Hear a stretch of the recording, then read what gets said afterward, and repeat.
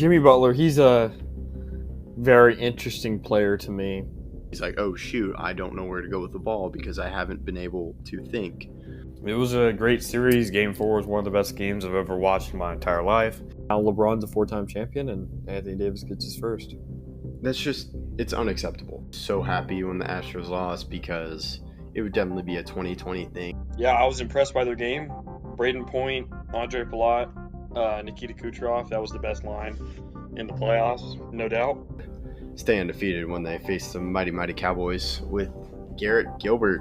Hey everyone, I'm Jared Sandler, and you're listening to Outsiders Opinions. What's up, y'all? Welcome to our NBA Opinions of the Week. And we have a trade. And the man that I'm curious what his thoughts are on this trade. Austin.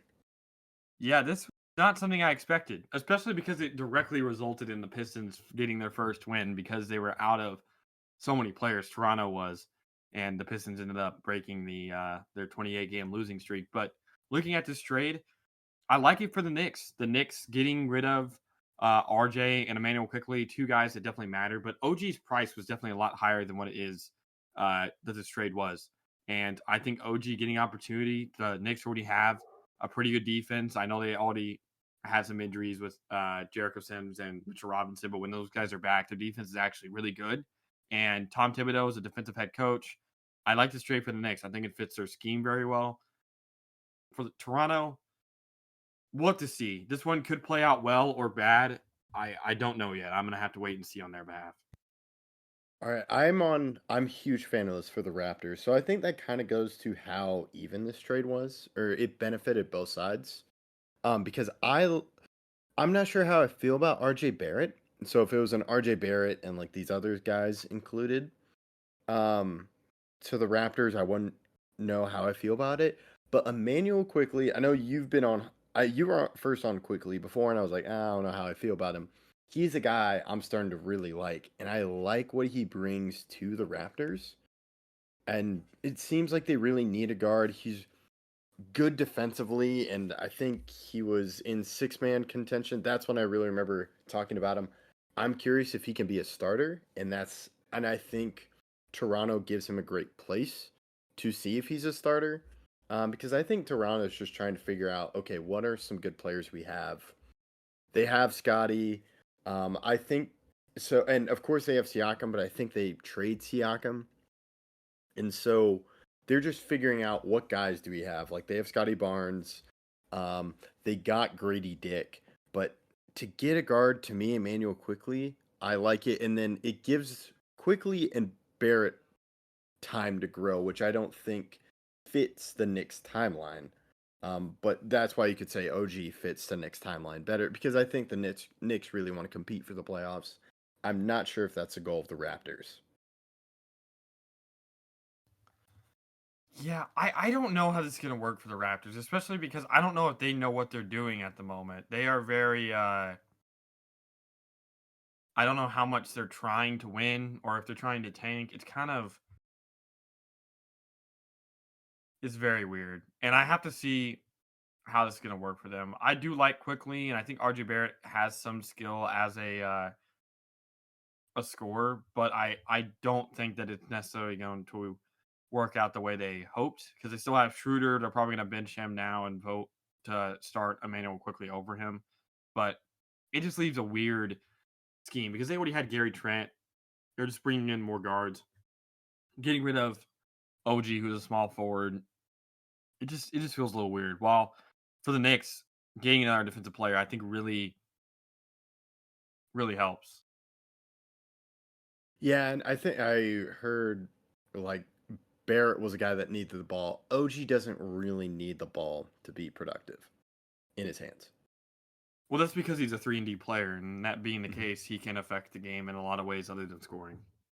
Yeah, so and that really helps with what you have with the main guys as the ball handlers, Brunson and Randall. I'm curious how the bench unit looks for the Knicks, but back to the Raptors for me.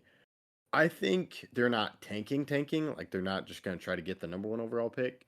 I think they're just developing players. I don't think they're really focused on the playoffs. So I think we could see. Oh wait, is Schroeder on a multi-year deal, or is it 1 year? I Because I don't know don't if he's a know. guy that. I don't know if I'll that's double like check that. he could be maybe bought out or he's a guy traded. Same thing with Gary Trent. Because I don't think, or did Gary Trent sign a huge extension? I think he did. If I remember Oh, correctly, it was longer. Yeah, because I remember it was Gary Oh Trent no, and he has a player option. Next year he's a free agent. Let me see Schroeder. But I do know that Quickly needs an extension very soon. okay. Um,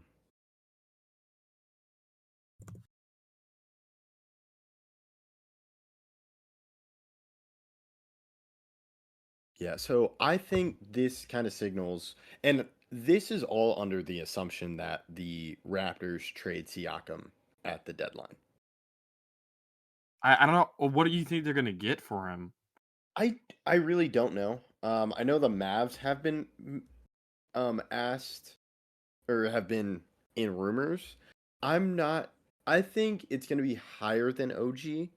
But yeah, like these are two guys where it was like, no, we need multiple first round picks. I don't really think that's going to be the case because they're both free agents this semester, or I don't know why I said semester, this year. Schroeder's on the team next year. He gets paid $13 million next year. Okay. Okay, so maybe All he's of it's not a bad fully option. guaranteed as well. Yeah, so I think Siakam. I think there's at least one first.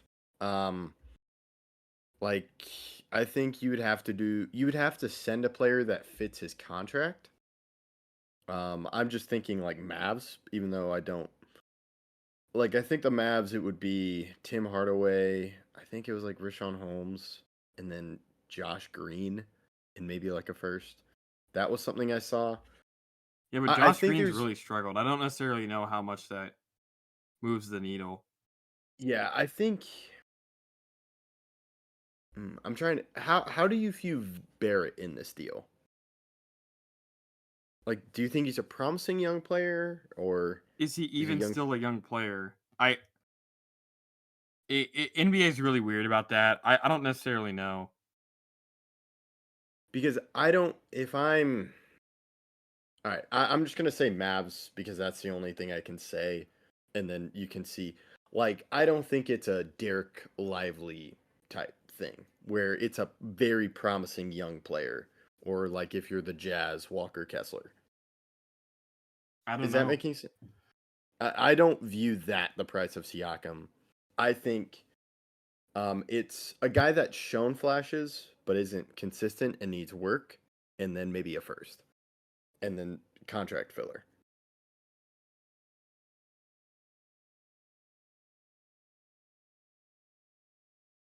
Hmm. What do you? Hmm? I we just have to see how this is going to move forward. I think it's going to depend on how the fit is for those players before they actually Okay, make a decision. but yeah, and for the people listening, I only brought Derek Lively up. I'm not saying the Mavs should trade him, but just that type of player. I think you understood what I was saying, right? Yeah. Yeah. So for the listeners, I'm not saying Derek Lively for Pascal Siakam. I would be in favor of Josh Green or Jaden Hardy, but yeah, it's very tricky, and this could be something where we're shocked in the OG deal. Like, wow, this team only gave up that. Um, so I'm assuming he gets traded. If they keep Siakam or even extend him, that's where it gets confusing for me on where the Raptors' future plans are. We'll see. All right, that's all we got. Thank you for listening to Outsiders Opinions, and be on the lookout for more videos from our channel.